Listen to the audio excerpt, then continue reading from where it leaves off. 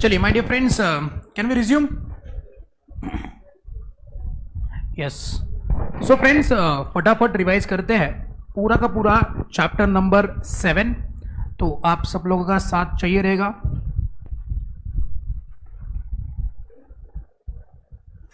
शांति से रिवाइज करते, कोई घाई गड़बड़ नहीं करते, बिकॉज बहुत सारे सेक्शन इस चैप्टर के अंदर हमने देखे हुए हैं, तो ये रिवीजन आपके बहुत काम आने वाली है।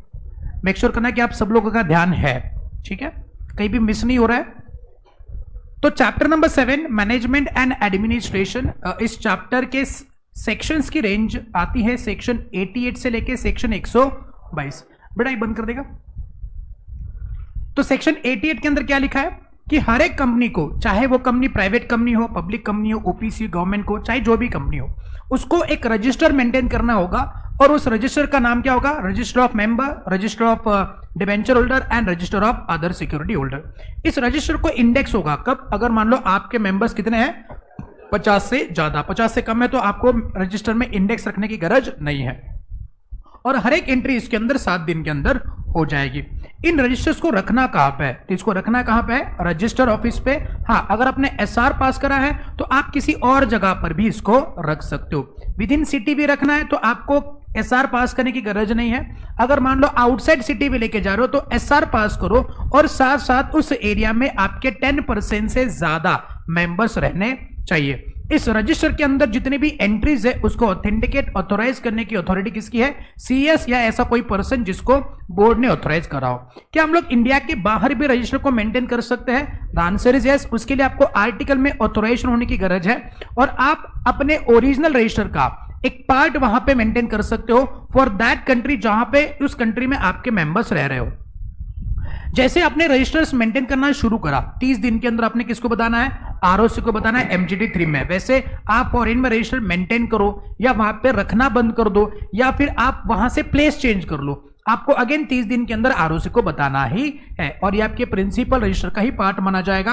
हाँ, अगर फॉरेन रजिस्टर में कोई एंट्री पास होती है तो उस एंट्री के 15 दिन के अंदर आपने उस एंट्री की कॉपी कहां भेज देनी है? इंडिया में आरओ पे भेज देनी है। अगेन सीएस या बोर्ड का पर्सन इसको ऑथोराइज करेगा। सारे के सारे जो फाइलिंग्स हो गए with respect to the foreign register 30 दिन के अंदर हो जाने चाहिए। लियस के 2 पॉइंट आप छोड़ सकते हो। उसके बाद हमने कौन सा सेक्शन पढ़ा? चलिए फटाफट बता दीजिए मुझको। Section number 94। तो सेक्शन 94 में क्या देखा? अगेन सिमिलर बातें देखी हमने कि जो भी रजिस्टर्स हम सेक्शन नंबर 88 के अंदर मेंटेन करते हैं, या फिर जो भी आपका एनुअल रिटर्न हम लोग मेंटेन करेंगे या फिर प्रिपेयर करेंगे अंडर सेक्शन 92, इसको आप कहां पे रखेंगे? रजिस्टर ऑफिस पे रखेंगे। हाँ, किसी और प्लेस पे जहां पे 10% से ज्यादा मेंबर्स रह रहे हो तो वहां रख सकते हो, प्रोवाइडेड एसआर आपने पास करा हुआ है। ये रजिस्टर्स या रिटर्न्स इंस्पेक्शन के लिए ओपन हो सकते हैं। यस, अगर मेंबर है, डिबेंचर होल्डर है, कोई अदर सिक्योरिटी होल्डर है, कोई बेनिफिशियल ओनर है, तो बिना किसी पैसे का वो इन रजिस्टर्स को इंस्पेक्ट कर सकता है। इसके अलावा कोई और पर्सन है तो इंस्पेक्शन करने के लिए हम आपसे 50 रुपए पर इंस्पेक्शन का लेंगे। साथ साथ क्या उन रजिस्टर्स का कोई एक्सट्रैक्ट या कॉपी भी हम लोग क्लेम कर सकते हैं? यस, अगर आपको एक्सट्रैक्ट चाहिए तो आप बिना किसी फीस से लीजिए। अगर आपको कॉपी चाहिए तो आप 10 रुपए पर पेज के हिसाब से पैसा दीजिए, चाहे मेंबर हो चाहे कोई भी हो। कॉपी चाहिए 10 रुपए पर पेज देना पड़ेगा, और आपने एप्लीकेशन के 7 दिन के अंदर कंपनी ने वो सारी बातें प्रोवाइड कर लेनी है। अगर मान लो कंपनी को हमने एप्लीकेशन दिया कि मुझको इंस्पेक्शन करना है, कॉपी चाहिए, एक्सट्रैक्ट चाहिए, और 7 दिन के अंदर अगर कंपनी ने वो प्रोवाइड नहीं करा तो मेंबर एनसीएलटी में जा सकता है। यस, और एनसीएलटी फोर्थविथ आपको ये प्रोवाइड करने की ऑर्डर पास करेगी। इन रजिस्टर्स को आप कहां मेंटेन करेंगे? सॉरी, कब तक मेंटेन करेंगे?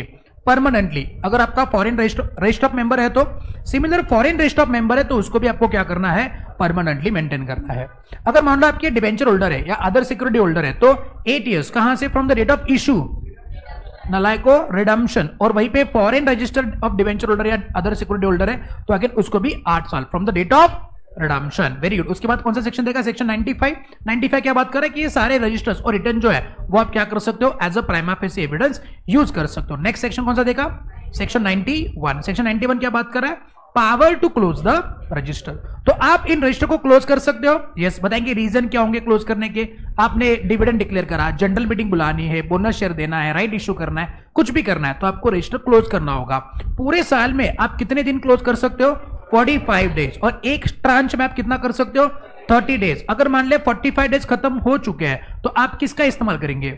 रिकॉर्ड डेट का इस्तेमाल करेंगे, और आप 7 दिन पहले क्या करेंगे, इस बात की नोटिस किसको देंगे, मेंबर को देंगे, या फिर लिस्टेड कंपनी है तो सेबी के मैनर में इसकी नोटिस आपको देनी है। सेबी ने बोला 3 दिन में दे दो, तो आपको 3 दिन के अंदर नोटिस देना है। उसके बाद कौन सा सेक्शन देखा हमने, 92 किस बारे में बात कर रहा है, एनुअल रिटर्न। तो बताएंगे मुझको, कंपनी ने एनुअल रिटर्न बना करके कितने दिनों के अंदर आरओसी के पास फाइल करना है, तो एनुअल रिटर्न बना करके एजीएम के 60 दिन के अंदर आपने एनुअल रिटर्न जो है वो फाइल करना है। अगर एजीएम ही नहीं होती है तो 60 days from the due date of the AGM. Annual return बनाते क्यों है और इसके अंदर क्या क्या बातें होती है बताओ। रजिस्टर ऑफिस क्या, कहां पे, प्रिंसिपल बिजनेस एक्टिविटी क्या है, होल्डिंग सब्सिडरी एसोसिएट कंपनी क्या है, उसके बाद शेयर होल्डिंग का पैटर्न, उसके चेंजेस, फिर उसके बाद एफआईएस का कोई शेयर होल्डिंग है तो उसके बाद मीटिंग्स ऑफ मेंबर और meetings of director. Director meeting में आएंगे तो उनको रेम्युनरेशन देना पड़ेगा। उसके बाद अगर मान लो उन्होंने गलत काम किया तो पेनल्टी, और अगर गलत काम करके पेनल्टी मिला तो उसके अंदर चेंज भी होगा। और उसके बाद अदर सच मैटर्स। आई बात समझ में, इतनी सारी बातें हम लोग एनुअल रिटर्न में लिखते हैं। उस एनुअल रिटर्न को आपको सर्टिफाई करके भी लेना पड़ेगा, यस, किसी और कंपनी सेक्रेटरी इन प्रैक्टिस से। लेकिन कौन से कंपनीज को, अगर मान लो आपकी कंपनी लिस्टेड कंपनी है या फिर आपकी ऐसी कंपनी जिसका paid up share capital 10 crore रुपए या फिर उससे ज्यादा हो, या टर्नओवर 50 करोड़ रुपए या फिर उससे ज्यादा हो, साथ साथ आपकी कंपनी के पास एक वेबसाइट है तो आप उसको वेबसाइट पे अपलोड कर सकते हो और बोर्ड रिपोर्ट में उसका वेब लिंक भी प्रोवाइड कर लोगे, द आंसर इज यस। उसके बाद इसको साइन करेगा कौन, साइन करेगा डायरेक्टर, कंपनी सेक्रेटरी, और अगर सीएस नहीं है तो सीएस इन प्रैक्टिस, और ओपीसी स्मॉल स्टार्टअप कंपनी है तो कंपनी सेक्रेटरी साइन करेगा, सीएस नहीं है तो डायरेक्टर साइन करेगा। ये होगा सेक्शन नंबर 92। उसके बाद देखा सेक्शन नंबर 96 किस बारे में बात कर रहा है, एजीएम। बताएंगे मुझको, कंपनी की अगर सब्सिक्वेंट एजीएम है तो उसका ड्यू डेट कैलकुलेट कैसे करते हैं, from the close of the financial year with in the period of 6 months. 2 AGM के बीच में 15 महीने का गैप मैक्सिमम हो सकता है, और एक कैलेंडर ईयर में एक एजीएम हो जाने चाहिए। इस एजीएम का जो भी ड्यू डेट निकलेगा, क्या उसको हम एक्सटेंड करवा सकते हैं, आरओसी को अप्लाई करिए। अगर कोई सफिशिएंट रीजन नजर आ गया तो स्पेशल रीजन के लिए आरओसी 3 महीने के लिए इसको एक्सटेंड कर सकता है। बताएंगे व्हाट आर दो special reasons, natural calamity, confiscation of books of accounts, very good very good. उसके बाद अगर मान लो आपकी कंपनी की फर्स्ट एजीएम है तो फर्स्ट फाइनेंशियल ईयर के 9 मंथ्स के अंदर आप वो एजीएम लोगे। बताएंगे क्या इसको एक्सटेंड करा जा सकता है, द आंसर इज नो। बताएंगे मुझको, अगर किसी कंपनी का फाइनेंशियल ईयर या किसी कंपनी का इनकॉर्पोरेशन 15 फरवरी, चलो डेट लेते, 14 फरवरी 2024 को हुआ है, ओके, कंपनी का नाम है प्रपोज लिमिटेड, तो बताएंगे मुझको इस कंपनी का फर्स्ट एजीएम कब होगा, 31 दिसंबर 2024 की 25 क्यों कि 26 क्यों, क्योंकि इस कंपनी के पास ऑप्शन है कि वो अपना फाइनेंशियल ईयर कहां खत्म करे, 31 मार्च 2026। आई बात समझ में भाई, बिकॉज ये कंपनी कब इनकॉर्पोरेट हुई है, 1 जनवरी या फिर उसके बाद। तो ऐसी कंपनी जो 1 जनवरी या फिर उसके बाद इनकॉर्पोरेट होती है, समझ लेना उसका फाइनेंशियल ईयर अगले के अगले साल खत्म होगा, तो वहां से 9 मंथ्स आपको काउंट करने हैं। ये बात याद रखना, प्लेन प्रोविजन कोई भी याद कर लेगा, उसकी टेक्निकल बातें कोई याद नहीं रखता, इंस्टीट्यूट उसी पे सवाल पूछ लेती है। बताएंगे मुझको एजीएम को बुलाने का टाइम क्या होगा, 9 AM to 6 PM। क्या मैं 5:55 पे एजीएम बुला सकता हूं, यस। ये मीटिंग कॉल करने का समय है, खत्म करने का समय नहीं। लेकिन विजय कुमार करनानी के केस में एक बात निकल करके आई कि एजीएम बुलाओ और स्ट्रिंजेंट टाइम लिमिट में उसको खत्म भी करो। क्या एजीएम को नेशनल हॉलिडे पे बुलाया जा सकता है, नहीं, संडे पे बुलाया जा सकता है, यस, लेकिन संडे तो नेशनल हॉलिडे है, संडे पब्लिक हॉलिडे है, ठीक है। बताएंगे उसको कहां बुलाएंगे, रजिस्टर ऑफिस पे, लेकिन मेरा रजिस्टर ऑफिस 500 स्क्वायर फीट का है, मेरे मेंबर है 2 लाख, वो यहां पे समाएंगे नहीं, तो विद इन सिटी भी ले सकता हूं मैं। अच्छा, मैं अपनी एजीएम को मेरे आउटसाइड सिटी भी लेना चाहता हूं, ले सकता हूं, नहीं ले सकता, प्रोवाइडेड आपकी कंपनी क्या नहीं है, अनलिस्टेड कंपनी नहीं है। अगर आपकी कंपनी अनलिस्टेड कंपनी है तो सारे मेंबर्स के कंसेंट पे, याद रखना आप किसका कंसेंट चाहिए, सारे मेंबर्स का कंसेंट चाहिए। तो आप इंडिया में कहीं पे भी ले सकते हो, सिंगापुर में, लेकिन आपकी कंपनी अगर गवर्नमेंट कंपनी है तो क्या वो अपनी एजीएम को इंडिया के बाहर ले सकती है।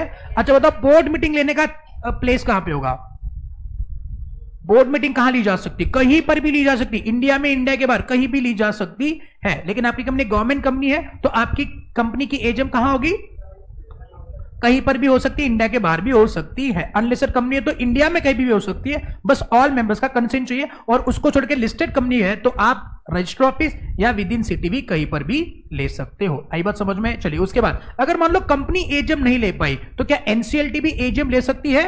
यस, लेकिन एनसीएलटी सुयो मोटो लेगी कि किसके रिक्वेस्ट पे लेगी? मेंबर ने रिक्वेस्ट करना है, फिर एनसीएलटी एजीएम बुलाने का ऑर्डर पास कर सकती है। तो ये कंपनी, ये मीटिंग जो है वो एनसीएलटी रेगुलेट करेगी और उसके अंदर एक डायरेक्शन दिया जा सकता है कि एक मेंबर भी आया तो वो कोरम माना जाएगा। लेकिन रेगुलर कंपनी के कोरम में क्या एक मेंबर कोरम हो सकता है? The answer is no. उसके बाद कौन सा सेक्शन देखा? सेक्शन नंबर 121 बात किस बारे में बात करता है? Report on the AGM. तो बताएंगे मुझको ये मिनट्स ऑफ मीटिंग है कि कुछ अलग बात है? तो मिनट्स ऑफ मीटिंग की इन एडिशन में आपको ये रिपोर्ट ऑन एजीएम बनाना है। कौन सी कंपनी ने बनाना है? Only the listed public company बनाएगी। और जैसे ही आपकी एजीएम हो जाएगी 30 दिन के अंदर आपको एमजीटी 15 में फाइल करना है। देखिए अब तक हमने देखा कि एजीएम होने के 60 दिन के अंदर एनुअल रिटर्न फाइल करो और 30 दिन के अंदर आपको एमजीटी 15 फाइल करके रिपोर्ट ऑन एजीएम बनाना है। फिर अभी हम लोग जब audit accounts of the company पढ़ेंगे तो एजीएम के बाद 2-3 और फाइलिंग करने हैं, उसका समय भी देख लेंगे। तो उस टाइम पे ये सारी बातें वापस कंसोलिडेट हो जाएगी। उसके बाद कौन सा सेक्शन देखा? Section number 100। सेक्शन 100 किस बारे में बात कर रहा है? ईजीएम। बताएंगे ईजीएम को छोड़ करके कोई भी मीटिंग अगर हुई कंपनी की तो क्या वो ईजीएम मानी जाएगी? यस, ईजीएम को कॉल करने की पावर है किसके पास? ये पावर दी गई है बोर्ड ऑफ डायरेक्टर्स के पास। सुयो मोटो कॉल कर सकते हैं। क्या कंपनी के बोर्ड ऑफ डायरेक्टर्स कंपनी के मेंबर के कहने पे इस मीटिंग को बुला सकता है? लेकिन कितने नंबर ऑफ मेंबर्स ने कंपनी को बोलना चाहिए? जिनके पास 10% का वोटिंग पावर या 10% का पेड अप शेयर कैपिटल है। जब ये कॉल करेंगे तो कंपनी ने क्या करना है? 21 दिन के अंदर बोर्ड ने ईजीएम कॉल करने का प्रोसीडिंग करना है। 45 डेज के अंदर ये मीटिंग बुलानी है। और अगर मान लो बोर्ड इन दिनों में मीटिंग कॉल नहीं कर पाया तो मेंबर खुद डिपॉजिशन के 3 महीने के अंदर इस ईजीएम को खुद कॉल कर सकते हैं। यस, अब इसमें जो खर्चा पानी होगा क्या ये कंपनी से रिकवर करा जाएगा? और कंपनी किससे रिकवर करेगी? Very good. अगर मान लो कंपनी ईजीएम नहीं ले पाएगी तो क्या एनसीएलटी ईजीएम बुला सकती है? यस, सेक्शन नंबर क्या आएगा? 98। तो मेंबर के रिक्वेस्ट पे या कंपनी के डायरेक्टर के रिक्वेस्ट पे या एनसीएलटी सुयो मोटो भी क्या कर सकती है? ईजीएम बुला सकती है। बात याद रखना, एजीएम एनसीएलटी सुयो मोटो नहीं बुला सकती है, ईजीएम एनसीएलटी सुयो मोटो बुला सकती है। और ये मीटिंग कौन रेगुलेट करेगा? एनसीएलटी। और बताएंगे उसके अंदर एक मेंबर भी आया तो एनसीएलटी ये ऑर्डर पास कर सकता है, डायरेक्शन दे सकता है कि एक मेंबर भी आपका कोरम माना जाएगा। The answer is yes. उसके बाद सेक्शन 99 की बात करी थी कि अगर कोई डिफॉल्ट वगैरह हो रहा है तो 1 लाख से लेके 5,000 रुपए पर डे का पेनल्टी आपके ऊपर लग जाएगा। वो सेक्शन उसके अंदर specified, you can skip it from the revision purpose. उसके बाद नेक्स्ट सेक्शन कौन सा देखा था? 102 क्या बात कर रहा है कि जब भी मान लो आपकी कंपनी के अंदर कोई मीटिंग हो रही है तो मीटिंग के अंदर जो बिजनेस डिस्कस होने वाले वो 2 प्रकार के होते हैं। एक होता है ऑर्डिनरी बिजनेस और एक होता है स्पेशल बिजनेस। बताएंगे ऑर्डिनरी बिजनेस कौन कौन से? Number 1, consideration of financial statement and board report. उसके बाद appointment of director in place of retiring one and appointment of auditor plus fixation of remuneration. In 4 business को छोड़कर के सारे के सारे बिजनेस क्या माने जाएंगे? अच्छा, डिक्लेरेशन ऑफ डिविडेंड में रह गया, डिक्लेरेशन ऑफ डिविडेंड। तो बताएंगे इन 4 बिजनेस को छोड़कर के सारे बिजनेस क्या माने जाएंगे? स्पेशल बिजनेस माने जाएंगे। और स्पेशल बिजनेस क्या एजीएम में डिस्कस हो सकते हैं? यस। क्या ईजीएम में ऑर्डिनरी बिजनेस डिस्कस हो सकते हैं? नहीं।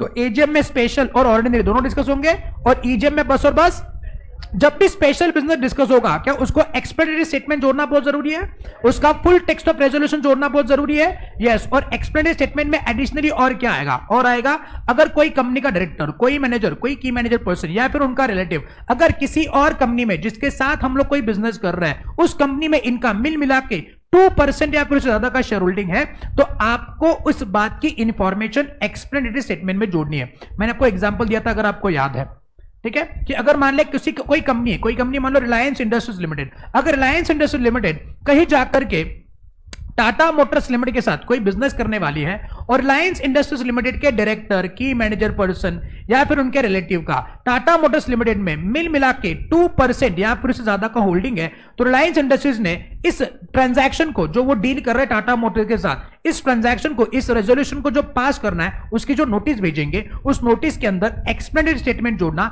कि हमारे कंपनी के डायरेक्टर, की मैनेजर पर्सन इनका टाटा मोटर्स के अंदर कितना का होल्डिंग है?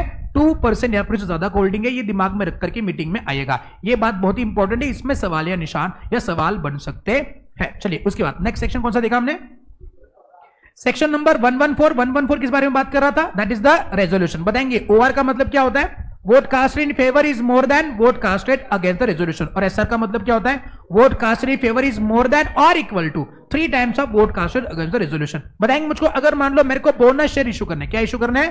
बोनस शेयर्स, और मेरे कंपनी में 200 मेंबर है और 200 मेंबर में से 190 मेंबर ने हाँ बोला और 10 मेंबर ने ना बोला, तो मेरा एसआर पास हुआ है कि ओआर पास हुआ है? तो बताओ क्या है? बोनस शेयर को इशू करने के लिए मेरे 200 मेंबर आ गए, 190 मेंबर ने हाँ बोला, 10 मेंबर ने ना बोला, तो कौन सा रेजोल्यूशन पास हुआ? ओआर की एसआर। वैसे अगर मैं इस फॉर्मूला के अंदर इसको डालता हूं तो ये तो एसआर पास हो गया है, लेकिन एक्चुअली में क्या पास हुआ है? OR. Why? Because bonus share के लिए क्या लगता है? ओआर। आई बात समझ में है? आई बात समझ में है? पक्का? किसको समझ में नहीं है नलायक को क्या करेंगे आप गारंटीड पो को देखिएगा, ठीक है? चलिए उसके बाद नेक्स्ट वन, सेक्शन नंबर 117 क्या बात कर रहा है कि आपको कुछ रेजोल्यूशंस, कुछ एग्रीमेंट्स आरओसी को जाके बताने होते हैं। बताएंगे मुझको, अगर मैंने एक ओआर पास करा, क्या इसकी कॉपी जाकर के आरओसी को दे दूं? The answer is no. जब मैं एसआर पास करता हूं या फिर ऐसा रेजोल्यूशन जिसमें सारे मेंबर्स की कंसेंट की गरज है, बताएंगे अब तक हमने ऐसा कौन सा रेजोल्यूशन देखा जहां पे सारे मेंबर्स की कंसेंट लगती है? जहां पे कंपनी अनलिस्टेड है और सारे मेंबर का कंसेंट लेकर के मैंने अपनी ईजीएम को आउटसाइड सिटी भी लिया लेकिन विद इन इंडिया लिया, तो वो वाला कंसेंट भी मैंने आरओसी को बताना है। या ऐसे रेजोल्यूशंस जो एसआर होते हैं जो 181A और सी के बियॉन्ड जाते हैं, ये कौन से रेजोल्यूशन होते हैं? ओके, ये आता है पावर टू बोरो। क्या लिमिट है बताओ? 100% of paid capital pre reserves plus security premium तक अगर कंपनी का बोरोइंग है तो क्या डायरेक्टर को मेंबर को पूछ करके लोन लेना है? उसके बियॉन्ड जाता है तो इसके अंदर डिबेंचर भी आ जाएगा।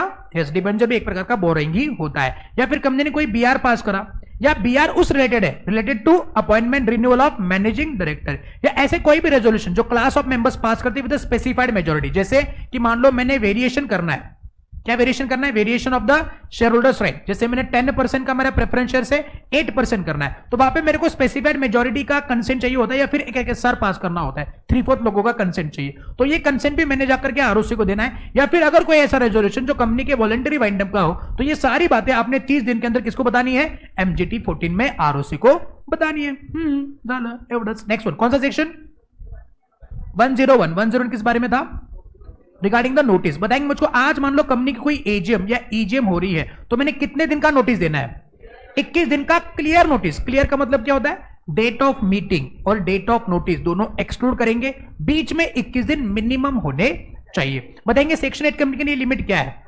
लेकिन ये 21 दिन का समय regular company other than section 8 company कम कर सकती है, यस। लेकिन अगर आपकी ये एजीएम है तो 95%, एटलीस्ट 95% मेंबर्स का कंसेंट, और अगर ईजीएम है तो अगर कंपनी के पास शेयर कैपिटल है तो मेजॉरिटी प्लस 95% का पेड अप शेयर कैपिटल होना चाहिए, और शेयर कैपिटल नहीं है तो 95% का टोटल वोटिंग पावर होना चाहिए। सही बात है। उसके अंदर आप डेट ऑफ डिस्पैच और डेट ऑफ मीटिंग एक्सक्लूड करेंगे। हाँ, अगर आपने पोस्ट से इस चीज को भेजा है तो याद रखना है उसके अंदर 48 आवर्स आपको याद ऐड करने हैं। नोटिस किसको किसको भेजोगे? मेंबर, और अगर मेंबर मर गया तो, और मेंबर इंसॉल्वेंट हुआ है तो ऑफिशियल लिक्विडेटर को भेजा जाएगा। Are you sure? पक्का? ग्रेट। ऑफिशियल लिक्विडेटर को भेजा और मेंबर मीटिंग में आया तो क्या वो वोट कर सकता है? क्या इंसॉल्वेंट मेंबर कंपनी की मीटिंग में वोट कर सकता है? यस। साथ साथ कंपनी के डायरेक्टर को बुलाया जाएगा, डिबेंचर ट्रस्टी को बुलाया जाएगा, ऑडिटर को बुलाया जाएगा, उसके अंदर सेक्रेटरी ऑडिटर, कॉस्ट ऑडिटर सब आएंगे। यस, इसलिए इसको जनरल मीटिंग बुलाया जाता है बिकॉज इसके अंदर सब लोग आते हैं। ये होगा सेक्शन नंबर 101। बताएंगे नेक्स्ट सेक्शन कौन सा है? 122, that is non applicability of the provision of this chapter two 1 person company. बताएंगे कौन कौन सी बातें इस ओपीसी पे अप्लाई नहीं करती है, कौन कौन सेक्शन एप्लीकेबल नहीं है।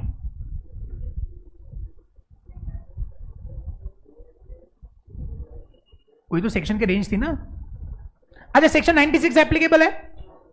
नहीं, नलायको जाके देखो 122 निकालिए। 122 कम ऑन, जो बच्चे ऑनलाइन देख रहे हैं नलायको 122 सेक्शन निकालिए किताब में से। सेक्शन की रेंज चाहिए मुझको। सेक्शन 98 और 100 to 111 ये सेक्शन एप्लीकेबल नहीं है। आई बात समझ में? लेकिन तो ये रेजोल्यूशन पास कैसे करते हैं? जैसे मान लो सेक्शन 96 में मैंने एजीएम बुला दी और एजीएम के अंदर मैंने रेजोल्यूशन पास करना है, तो 96 एप्लीकेबल है तो रेजोल्यूशंस भी एप्लीकेबल है। तो ओपी से रेजोल्यूशन पास कैसे कर दी है? मेंबर सर्कुलेट करेगा एंटर करेगा मिनट्स बुक में, साइन करेगा, डेट लिखेगा, माना जाएगा वो रेजोल्यूशन पास हो चुका है। मतलब कागज पे लिखेगा, वो कागज जाकर के फाइल में लगा देगा, आपका रेजोल्यूशन पास हो चुका है। अगर मान लो बोर्ड रेजोल्यूशन है जहां पे एक ही डायरेक्टर है तो सेम कहानी होगी, डायरेक्टर क्या करेगा, मिनट बुक में लिखेगा, साइन डेट करेगा और उसको फाइल में लगा देगा, माना जाएगा वो रेजोल्यूशन पास हो चुका है। अगर मान लो 2 डायरेक्टर है तो फिर कंपलसरी मिलना होगा, फिर कंपलसरी मीटिंग होगी। आई बात समझ में? अरे नींद आ रही है ना लायको? चलिए नेक्स्ट सेक्शन 103 किस बारे में बात कर रहा है? That is the quorum. बताएंगे मुझको, अगर मान लो आपकी कंपनी प्राइवेट कंपनी है तो मिनिमम कितना कोरम चाहिए, और अगर पब्लिक कंपनी है तो 1000 तक है तो 5, 1001 से 5000, और अगर 5001 और इससे ज्यादा है तो क्या आर्टिकल के अंदर इस लिमिट को बढ़ाया जा सकता है, कम करा जा सकता है? नहीं, इसको आर्टिकल में बढ़ाया जा सकता है। आर्टिकल में कुछ और लिखा है तो वो और नंबर स्पेसिफाई होगा, 5, 1 के 5। Very good. बताएंगे क्या प्रॉक्सी कोरम के लिए काउंट किया जाता है, लेकिन क्या सेंट्रल गवर्नमेंट के प्रेसिडेंट के रिप्रेजेंटेटिव या बॉडी कॉर्पोरेट के रिप्रेजेंटेटिव या गवर्नर के रिप्रेजेंटेटिव क्या कोरम में ऐड किए जाएंगे? यस। और कोरम बताएंगे बस इनिशियली होना चाहिए कि थ्रू आउट द मीटिंग होना चाहिए? अगर मान लो कोरम पहले आधे घंटे में नहीं आया और अगर ये ईजीएम है तो क्या माना जाएगा? और अगर मान लो अदर केस यानी कि एजीएम है तो क्या हो जाएगी? एडजन होती, कब होती है adjourn? Same day, same time, same place, in the next week. लेकिन एडजन होने के बाद क्या आपको 3 दिन का नोटिस देना जरूरी है? अगर मान लो आपकी एडजनमेंट 30 दिन से ज्यादा की हो रही है तो फिर 21 दिन का नोटिस आपने देना है। बताएंगे अगर ये एजीएम बिना कोरम मतलब एडजन हो चुकी है लेकिन कोरम नहीं आया इसलिए नहीं, कुछ बिजनेसेस को डिस्कस करना है इसलिए, तो क्या वो अगले दिन भी एडजन हो सकती है? The answer is yes. Quorum से एडजन हुई है तो फिर ये कंडीशन एप्लीकेबल है। अगर बिजनेसेस डिस्कस करना है और टाइम कम है इसलिए एडजन हो रही है तो मिल मिला के वो अगले दिन का भी डेट स्पेसिफाई कर सकते हैं। बताएंगे अगर एडजर्नमेंट हो रही है due to the want of quorum तो क्या हमने एटलीस्ट 3 दिनों के अंदर न्यूज़पेपर में भी देना जरूरी है? तो एक तो नोटिस भेजो या फिर न्यूज़पेपर में दे दो, ये प्रोविजन आप याद रखेंगे। ठीक है, उसके बाद नेक्स्ट 105 क्या बात कर रहा है? That is a proxy. क्या कंपनी का कोई भी मेंबर प्रॉक्सी अपॉइंट कर सकता है? क्या बताएंगे सेक्शन 8 कंपनी का मेंबर भी प्रॉक्सी अपॉइंट कर सकता है? यस। लेकिन बताएंगे मुझको क्या प्रॉक्सी मेंबर ही होना चाहिए? क्या प्रॉक्सी मेंबर ही होना चाहिए? नहीं। लेकिन एक बात याद रखना, सेक्शन 8 कंपनी का अगर कोई मेंबर प्रॉक्सी अपॉइंट करना चाहता है तो उसका प्रॉक्सी हमेशा और हमेशा क्या होगा? मेंबर ही होगा। क्या प्रॉक्सी शो ऑफ हैंड्स पे वोट कर सकता है? क्या प्रॉक्सी बोल सकता है? तो क्या होगा? गूंगा ठाकुर होगा। बताएंगे क्या एक प्रॉक्सी एक मेंबर को रिप्रेजेंट कर सकता है? ऐसे कितने लोगों को रिप्रेजेंट कर सकता है? मैक्सिमम 50, लेकिन उनके पास क्या होना चाहिए? 10% तक का total share capital holding, total share capital होना चाहिए। अगर उसका होल्डिंग 10% से ज्यादा हो रहा है तो हमको उतने नंबर ऑफ मेंबर्स कम करने पड़ेंगे जितना कि वो 10% तक आ जाए। बताएंगे ऐसा कोई मेंबर जिसके पास 15% का टोटल शेयर कैपिटल है, क्या वो बंदा प्रॉक्सी अपॉइंट कर सकता है? अरे 10% से ज्यादा हो गया, लेकिन वो एक ही मेंबर पर्सन को अपॉइंट कर सकता है एज ए प्रॉक्सी और वो पर्सन किसी और को रिप्रेजेंट नहीं कर सकता। बताएंगे मैंने प्रॉक्सी अपॉइंट करना है, इस बात को मैंने जाकर के आरओसी को कंपनी को बताना है। यस। कितने दिनों के अंदर? 48 आवर्स बिफोर द मीटिंग। और बताएंगे क्या ये 48 आवर्स की लिमिट में बढ़ा सकता हूं? क्या कंपनी 48 आवर्स की लिमिट को बढ़ा सकता है?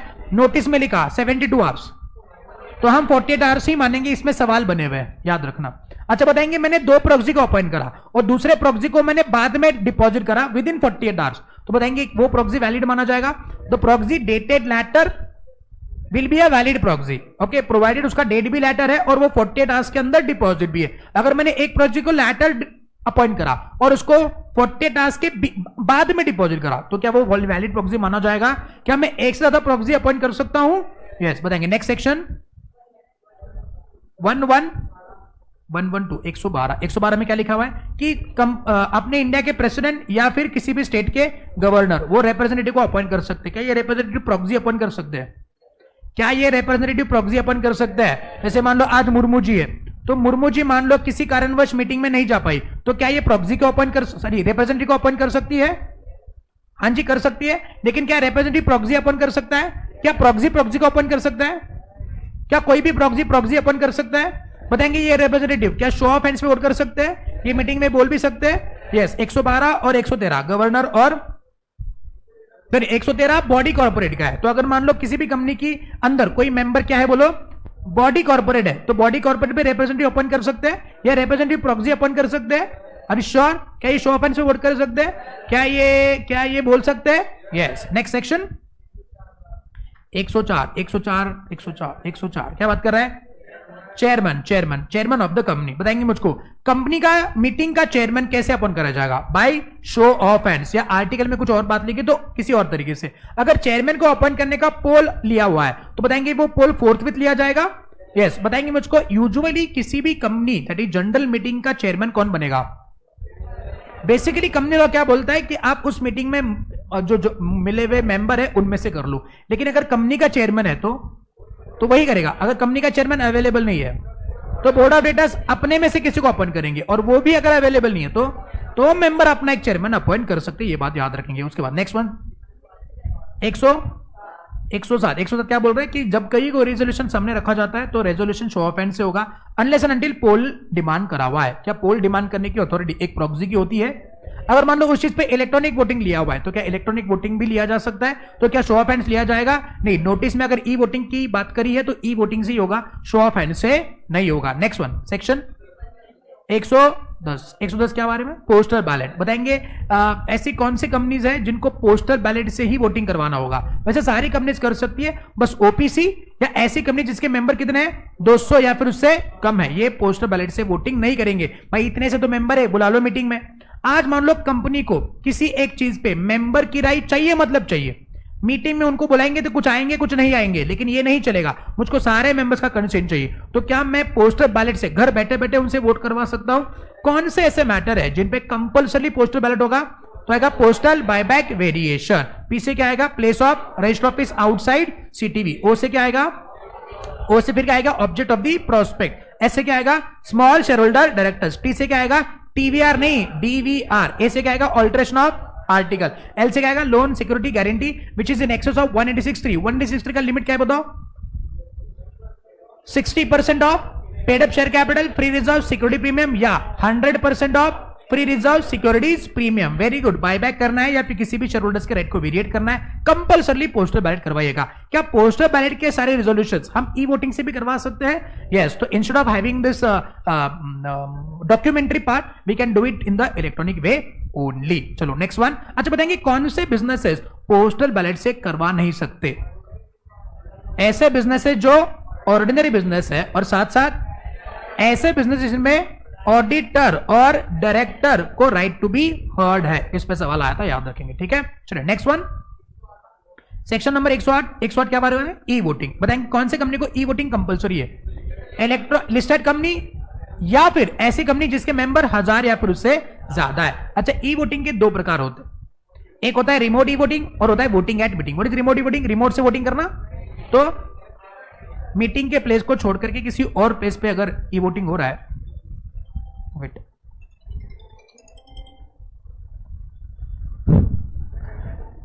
सॉरी, तो अगर मान लो मीटिंग के प्लेस को छोड़कर किसी और प्लेस पे अगर मीटिंग हो रही है तो उसको क्या बोलेंगे? सॉरी, मीटिंग नहीं हो रही है भाई, वोटिंग हो रही है तो उसको क्या बोलते हैं? Remote e voting. बताएंगे इस ई वोटिंग के लिए भी स्क्रूटिनाइजर अपॉइंट होगा। यस। बताएंगे मुझको रिमोट ई वोटिंग का टाइमलाइन क्या होता है?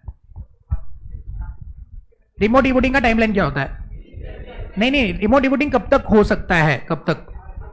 आज मीटिंग है तो मीटिंग के पिछले दिन शाम को 5 बजे आपका रिमोट ई वोटिंग का फैसिलिटी ब्लॉक हो जाएगा, लेकिन वो शुरू कब होगा? At least 3 days before. क्या उसका नोटिस है ना कि मैं ई वोटिंग से वोट करने वाला हूं? अरे नालायक, वो प्रॉक्सी अपॉइंट करने के लिए था, ई वोटिंग के लिए मैंने कुछ बताना नहीं। वो कंपल्सरी देंगे आपको, यूजर आईडी पासवर्ड देंगे, जिसको करना है वो कर ले। आई बात समझ में? चलिए कंपनी कट ऑफ डेट वगैरह वो छोड़ दो। Remote e voting start 3 days before. Scrutiniser. Yes. एक बात बताओ, ऐसा पर्सन जिसने ई वोटिंग से वोट करा है, क्या वो मीटिंग में करके वापस वोट करेगा? क्या वो मीटिंग में करके अपना वोट बदल सकता है? क्या वो मीटिंग में आ सकता है? नहीं आ सकता। अरे वोटिंग कर लिया है ना भाई, अरे वोटिंग कर लिया ना भाई, अरे समोसा कचौड़ी बर्बाद हो जाएंगे। आना है आपको तो आके क्या करोगे मीटिंग में? यार नालायक बच्चे, सर के सामने बात करने शर्म भी नहीं आती इनको। अच्छा नेक्स्ट वन 108 के बाद 106 क्या बात कर रहे हैं? रिस्ट्रिक्शन। बताएंगे आर्टिकल में अगर कुछ बातें लिखी है तो क्या आर्टिकल में लिखी हुई बातों की वजह से हम मेंबर के राइट टू वोट पे रिस्ट्रिक्शन लगा सकते हैं? अरे नालायकों, नहीं। आर्टिकल में ये लिखा होगा कि हम आपके वोटिंग राइट पे रिस्ट्रिक्शन लगाएंगे, लेकिन वो भी दो ही रीजन की वजह से। एक तो आपने कॉल मनी पे नहीं करा है, या आपके कोई सम क्या है बोलो, ड्यू है, और राइट ऑफ लीन लगा हुआ। आई बात समझ में? आर्टिकल में इसके अलावा कोई और रीजन लिखे नहीं जा सकते। देखो सीन क्या है, आर्टिकल में लिखा है तो वोटिंग राइट पे रिस्ट्रिक्शन लगाएंगे, लेकिन only because of these reasons. Article में कोई और रीजन लगाया नहीं जा सकता। ओके, और मेंबर को एक ही तरीके से उसके सारे वोट्स यूज करने हैं, तो क्या डिफरेंटली यूज कर सकता है? Answer is yes. उसके बाद नेक्स्ट सेक्शन 1019 क्या बात कर रहे हैं? राइट टू वोट ऑन पोल। बताएंगे ऐसी कोई भी रेजोल्यूशन जो शो ऑफ हैंड से नहीं करना चाहते, पोल पे करना चाहते हैं, तो पोल डिमांड करना चाहिए कि ऑटोमेटिकली पोल पे वोटिंग होगा। पोल डिमांड करना चाहिए। बचाएंगे पोल डिमांड करने की अथॉरिटी है किसके पास? चेयरमैन स्यू मोटो कर सकता है, या मेंबर भी कॉल कर सकते हैं। यस, ऐसे कितने नंबर ऑफ मेंबर जो कॉल कर सकते हैं? ऐसे नंबर ऑफ मेंबर जिनके पास 10% का टोटल वोटिंग पावर हो, या फिर ऐसे नंबर ऑफ मेंबर जिनके पास 5 लाख रुपए से ज्यादा का पेड अप शेयर कैपिटल हो, वो क्या कर सकते हैं? पोल डिमांड कर सकते हैं। वैसे ये पोल डिमांड करने में मैं प्रॉक्सी के होल्डिंग को भी ऐड कर दूं। अगर कंपनी के पास शेयर कैपिटल नहीं है तो 10% का। बताएंगे पोल डिमांड कब करा जाएगा?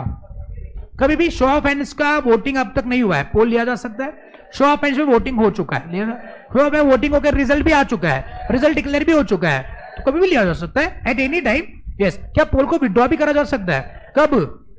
कभी भी, मतलब पोल अब तक लिया नहीं है तो विड्रॉ करा जा सकता है। पोल पे वोटिंग हो चुका है तो विड्रॉ करा जा सकता है। पोल पे वोटिंग के रिजल्ट भी आ चुके हैं फिर भी विड्रॉ करा जा सकता है। The answer is yes. अच्छा, पोल मैंने डिमांड करा तो लिया कब जाएगा? With in 48 hours. अगेन अगर एडजमेंट या अपॉइंटमेंट ऑफ चेयरमैन है तो पोल कैसे लिया जाएगा? फोर्थविथ लिया जाएगा। पोल में भी taken by using the ballot paper या फिर इलेक्ट्रॉनिक मींस, यानी इलेक्ट्रॉनिक मींस से भी पोलिंग पोस्टल वोट ऑन पोल हो सकता है। आई बात समझ? वो तो पोल ही होता है, शो ऑफ हैंड्स नहीं तो पोल ही है। चेयरमैन जो है स्क्रूटनाइजर अपॉइंट करेगा, स्क्रूटनाइजर अपना रिपोर्ट बना करके 7 दिन के अंदर चेयरमैन को दे देगा, फिर रिजल्ट डिक्लेयर हो जाएंगे। आई बात समझ में? चलिए नेक्स्ट सेक्शन 111 क्या बात कर रहा है कि कई बार कंपनी के मेंबर्स कंपनी ने जो काम करना चाहिए वो खुद करवाते हैं। कंपनी के मेंबर्स को लगता है कि कंपनी ने ये काम करना चाहिए था, कंपनी नहीं कर रही है तो हम कर लेते हैं, तो वो क्या करेंगे? कंपनी को ईजीएम बुलाने का ऑर्डर पास कर लेंगे। नहीं, जो कंपनी एजीएम या ईजीएम बुला रही है उसके अंदर ये बातें डिस्कस करवाओ, ये बोल सकते हैं। ईजीएम बुलानी है तो 100 में करवा लेंगे। तो ये कितने लोग होंगे जिनके पास 10% का वोटिंग पावर हो या फिर 10% का पेड अप शेयर कैपिटल हो? लेकिन ये नोटिस अगर आपको देनी है तो आपको वो कब तक प्रोवाइड करनी है? मीटिंग के 6 हफ्ते पहले। और अगर मान लो कोई सर्कुलर करना है स्टेटमेंट, तो ये सर्कुलर किस बात पे होता है? मीटिंग के नोटिस में कोई रेजोल्यूशन लिखे है, उस पर अगर कोई बात मेंबर को रखनी है जो सारे मेंबर्स को पता होना जरूरी है। एग्जांपल दिया था, अगर मान लो कंपनी विजय माल्या को अपॉइंट करना चाहती है एज अ डायरेक्टर, लेकिन हम चाहते हैं कि हम बता दें सारे मेंबर्स को कि विजय माल्या सही आदमी नहीं है, तो ये बातें हम लिख करके सारे लोगों को सर्कुलेट करने के लिए बोलेंगे। कोई सर्कुलर अगर सर्कुलेट करना है तो वो कितने दिन पे पहले जमा हो जाना चाहिए? 2 हफ्ते पहले। बाकी सारी कहानी 111 के अंदर लिखी हुई है। सिमिलर पॉइंट लिखा हुआ था सेक्शन नंबर 115। बताएंगे 115 और 111 में क्या अंतर है? 111 में कंपनी भी ये काम करवा सकती है, लेकिन 115 में बस और बस मेंबर ही ये बात कंपनी को बता सकते हैं। वो बात कहां लिखी है? सेक्शन 140 169। बताएंगे 140 में क्या किस बारे में बात करिए? ऑडिटर। और 169 में डायरेक्टर। बताएंगे appointing any other person in place of retiring auditor. क्या 140 में आएगा? Appoint, not to appoint, reappoint the retiring auditor, ये 140 में आएगा।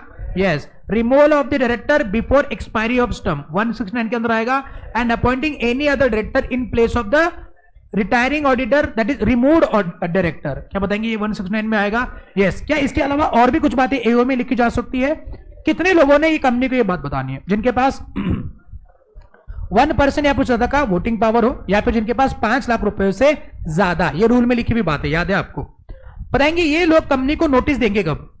इसको स्पेशल नोटिस बोलते हैं। मीटिंग जो है उसके पहले 3 महीने के बाद, मतलब अंदर 3 महीने के अंदर, मीटिंग के पहले 3 महीने के अंदर, लेकिन 14 डेज बिफोर, यानी कि ये पीरियड है।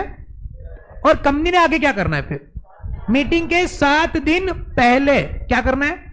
नोटिस इसको भेजनी है सारे। अच्छा, ये पॉसिबल नहीं हुआ तो न्यूज़पेपर में दे दो। आई बात समझ में? अरे आई बात समझ में? अगर मान लो इसका इस्तेमाल किसने डिफामेटरी वगैरह कर लिया तो सेंट्रल गवर्नमेंट को ऑर्डर करो और बता दी ये सर्कुलर स्टेटमेंट सर्कुलेट नहीं होगा। वेरी गुड, चलिए नेक्स्ट वन 118 किस बारे में बात कर रहे हैं? That is the minutes of meeting. Minutes of meeting कब तक बनाना है? अच्छा, बस मेंबर की मीटिंग के मिनट्स बनेंगे कि सारे मीटिंग के बनेंगे? Very good. अगर क्या चेयरमैन के पास एब्सोल्यूट डिस्क्रिप्शन है कि किन बातों को ऐड करना है, किन बातों को निकालना है, लेकिन कौन सी बातें नहीं आनी चाहिए? आईडी की बात ही नहीं आनी चाहिए। I stands for irrelevant, I stands for, D stands for, D stands for. Sign कौन करेगा? बोर्ड ऑफ मीटिंग के मिनट्स है तो, और अगर वो नहीं है तो नेक्स्ट मीटिंग का। अगर मान लो जनरल मीटिंग है तो चेयरमैन का कितने दिन के अंदर? 30 दिन के अंदर। और अगर वो नहीं है तो डायरेक्टर कोई पर्सन को ऑथराइज करेंगे, वो साइन कर लेगा। और अगर पोस्टल बैलेट से है तो सेम कहानी, कंपनी का चेयरमैन साइन करेगा, बिकॉज पोस्टल बैलेट में जनरल मीटिंग नहीं हुई है। और अगर वो नहीं है तो डायरेक्टर अपने किसी पर्सन को, अपने में से किसी को ऑथराइज करेगा कि वो उसको साइन कर ले। उसके बाद 119 क्या बात कर रहे हैं कि क्या कोई मेंबर मिनट्स बुक को इंस्पेक्ट कर सकता है? मिनिमम 2 घंटे कंपनी ने रखने हैं, या क्या उसको फीस देना पड़ेगा? अरे श्योर। और आपको अगर उसकी कॉपी चाहिए तो अप्लाई कर सकते हो। कितने दिन के अंदर? 7 दिन के अंदर अप्लाई नहीं करना लायक हो। अप्लाई करने के बाद 7 दिन के बाद कंपनी आपको देगी 7 दिन ना लायक। ओके, बताएंगे इसमें आपको कोई फीस देनी पड़ेगी? कितना? 10 रुपए पर पेज। ओके, नहीं तो पूरा बुक लेके जाएंगे 10 रुपए में। पता चला बुक इतना है, 10 रुपए में चले गए, 15 रुपए का रद्दी निकल के गया है। इनकम का source, income from other sources. चलिए उसके बाद नेक्स्ट सेक्शन 120 छोड़ दो, फिर आएगा सेक्शन नंबर 89। सेक्शन 89 किस बारे में बात कर रहे हैं भैया और बहनों? आज ही पढ़ा, कल ही पढ़ा ना हमने। तो अगर मान लो कंपनी के किसी भी शेयर्स के लिए रजिस्टर्ड ओनर कोई और बेनिफिशियल ओनर कोई और है, तो उस बेनिफिशियल ओनर ने और रजिस्टर्ड ओनर ने कंपनी को बताना है यस कि हम कंपनी के रजिस्टर्ड ओनर है, हम कंपनी के बेनिफिशियल ओनर है। आई बात समझ में? तो वो कब करना है? बेनिफिशियल ओनर MGD 5 और रजिस्टर्ड ओनर MGD कितने दिन के अंदर?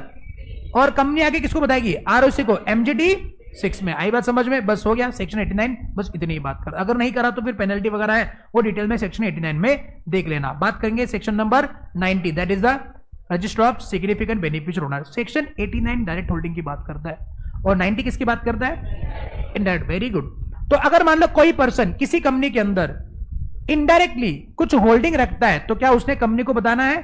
तो उसको हम लोग क्या कहते हैं? Significant beneficial owner. ये क्या इंडिविजुअल होगा कि कोई भी हो सकता है? अगर मान लो उसका किसी और कंपनी में इनडायरेक्टली मोर देन और इक्वल टू कितना है? 10% का अगर बेनिफिशियल इंटरेस्ट है और उसका नाम अगर रजिस्टर ऑफ मेंबर में हमने नहीं लिखा है, तो वो बन गया सिग्निफिकेंट बेनिफिशियल ओनर और उसके ऊपर सेक्शन एप्लीकेबल हो जाएगा। उस बंदे ने कंपनी को बैन 1 में बताना है, कंपनी ने उस चीज की इंफॉर्मेशन ROC को बैन 2 में देनी है, और कंपनी इसका रजिस्टर्ड बैन 3 में मेंटेन करेगी। जो सिप के लिए इंस्पेक्शन के लिए ओपन होगा, फीस देना पड़ेगा? फीस देना पड़ेगा?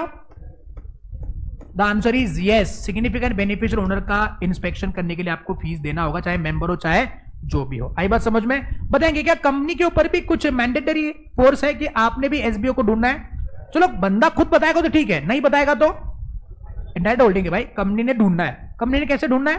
कंपनी ऐसे किसी भी पर्सन को जो SBO है, या ऐसा कोई भी पर्सन जिसको कोई SBO है इसका नॉलेज है, या फिर वो SBO आज नहीं है लेकिन पिछले 3 सालों में था, उन चीज को नोटिस, उन सारे लोगों को नोटिस भेजेगी। किसमें? बैन 4 में। उस बंदे ने 30 दिन के अंदर रिप्लाई करना है। अगर वो 30 में रिप्लाई नहीं कर पाया तो अगले 15 दिन में कंपनी किसके पास जाएगी? NCLT पर ऑर्डर पास करेगी कि इनके सारे राइट्स क्या कर दो? रिस्ट्रिक्ट कर दो। कितने दिन के अंदर? 60 दिन के अंदर। और इस चीज पे अगर कोई बंदा एग्रीव्ड है तो अगले 1 साल के अंदर क्या करेगा? NCLT को अप्लाई करेगा कि भैया ऐसा नहीं करो। और अगर ऐसा किसी ने नहीं करा तो वो सारे शेयर कहां ट्रांसफर हो जाएंगे भाई और बहनों? IPF में ट्रांसफर हो जाएंगे। तो यहां पे खत्म होगा आपका सेक्शन नंबर 90 और चैप्टर नंबर 7। एक बार ताली बजाओ अपने लिए, कम ऑन। क्या ताली बजा रहे हैं? Any doubt in chapter number 7?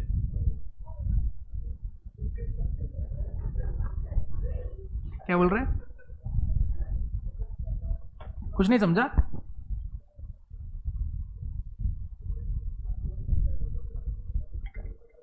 पांच मिनट ले लो, कोई डाउट हो तो पूछो। निवांत।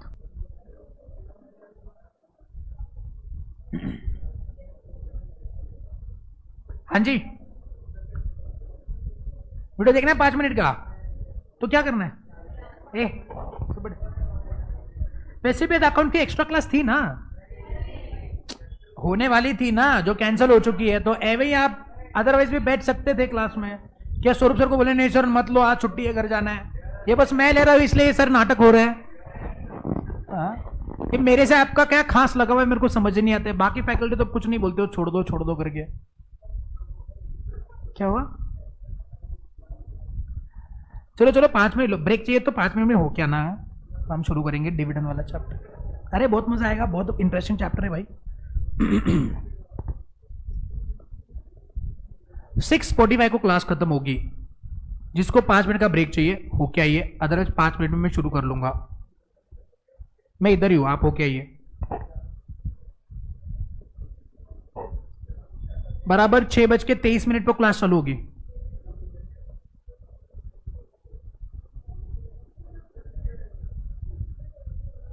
छह बज के 23 है आपके पास।